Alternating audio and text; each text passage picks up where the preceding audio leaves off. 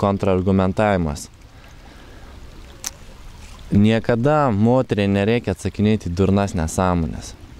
Kokia tau iš čia tų nauda, kad čia visim komentuoji, kokia čia mano pirštinė, žinai, yra. Kas tau iš tų pinigus moka už tai? Kokia tu teisė?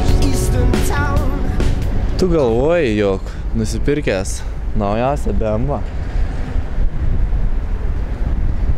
Tu įsirinksi gražiuolių mašiną. Nusikabeniau, supranti, ir tarp jaunuolių. Nelakstyk greitai, bet ir nevažiuok kaip pensininkas. Daug saugumo jai. Užsimčiau valtį ir išplaukčiau į ežerų vidurį su moterimi. Didžiuokis.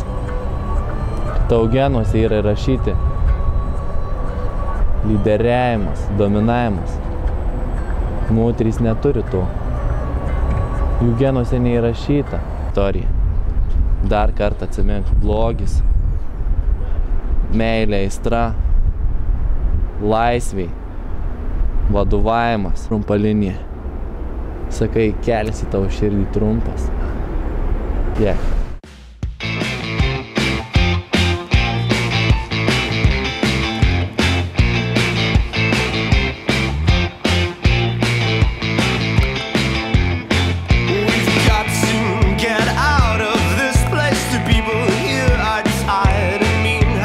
Daugam vyrų tikisi, jie, žinai, prieina prie moters gatvėje, žinai, jie galvoja, žinai, kad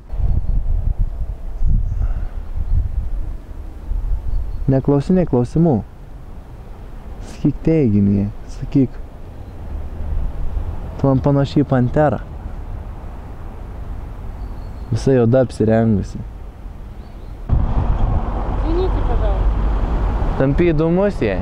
Jeigu tu prieisi va tokia kaip jinai, va, supranti. Akivaizdžiai matus, ką apvaukt nori mus. Su tokia kūnų kalba, supranti. Prieisi. Taip. Nustums. Taip, kaip aš ją nustumiau. Nebijok nieko. Nieko nei gyvenime nebijok. Niekada. Nebijok moterų visiškai. Moteris yra graži būtybė. Nori, kad tu ją liestum seksualiai, paimtum gerai. Šlaukų patemptum. Nenori būti, supranti, kad tu būtum jos draugu. Nori, kad tu ją gerai padarytum.